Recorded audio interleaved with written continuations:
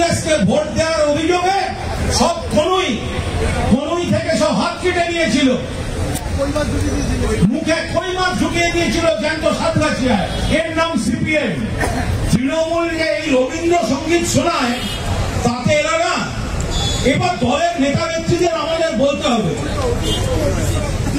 একবার একটা দিন একটা অনুমতি দিন মমতা ব্যানার্জি, অভিষেক ব্যানার্জি। তৃণমূলের কর্মীরা বাংলা জুড়ে তৈরি, কোন রবীন্দ্রসঙ্গীত নয়। রেজাল্টের দিন বিকেলে বিজেপিকে অবস্থা ভালো নয়।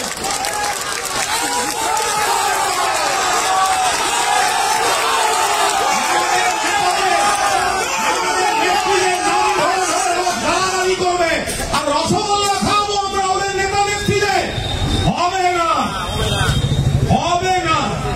মেরে চোখ বলছির খানা, তা বলে কি প্রেম দেব না? অনেক হয়েছে, অনেক হয়েছে, আর হবে না। কি হবে? তো দুবার হবে জবাব। একটা হচ্ছে ভোটে যে সমস্ত কথাগুলো নিয়ে আওয়াজ বলে, এরা আওয়াজ মানে মনে রেখে দিন, ভোটে লড়তে পারে না, সিবিআইডি দিয়ে লড়ছে। যদি বীরভূমে ওই আবার নকুল দানা দিয়ে যদি জল না দেওয়া হয়, যদি আবার চরম ঢাকের বাকি না শুনতে হবে, কারণ এরা গণতন্ত্রে লড়ছে না, এরা আমাদের নেতা নেত্রীদের নামে কুৎসা করছে, এরা সিবিআই ইডি দিয়ে প্রতিহিংসার রাজনীতি করছে, একটা অপসংস্কৃতি তৈরি করেছে।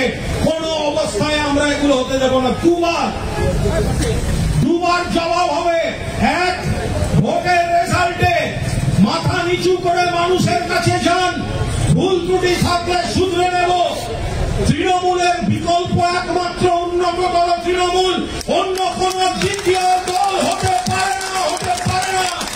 সারা ভারতবর্ষটা সর্বনাশ করছে বিজেপি, অন্যান্য রাজ্যগুলোর সর্বনাশ করে ছেড়ে দিচ্ছে। সিপিএম শেষ করেছে বাংলাকে। একমাত্র আশার আলো, দলের নাম তৃণমূল কংগ্রেস, প্রতীক হল ঘাসের উপর জোড়া ফুল, নেত্রীর নাম মমতা ব্যানার্জি, সাধারণ সম্পাদকের নাম অভিষেক বন্দ্যোপাধ্যায়। এই শক্তি নিয়ে আমরা যাব একেবারে মাথা নিচু করে মানুষের কাছে। যেসব এলাকায় মানুষ ভুল বুঝছেন, ভুল প্রচারের শিকার হচ্ছেন, তাদের কাছে যান, তাদের কাছে বোঝান, তাদের বলুন তৃণমূলকে ভোট দিতে। 42-42 টার্গেট করে আমরা লড়ব। আর দুপুরে 42-42 রেজাল্টের পর আমাদের আবির খেলা, আর সন্ধ্যেবেলা ডিজে তৈরি থাকবে। আমাদের ভিডিও ভালো লাগলে লাইক এবং শেয়ার করুন। কমেন্ট সেকশনে গিয়ে জানান আপনাদের মতামত। আরও ভিডিও পেতে আমাদের চ্যানেল সাবস্ক্রাইব করুন এবং প্রতি মুহূর্তে খবরের আপডেট পেতে প্রেস করুন বেল আইকন।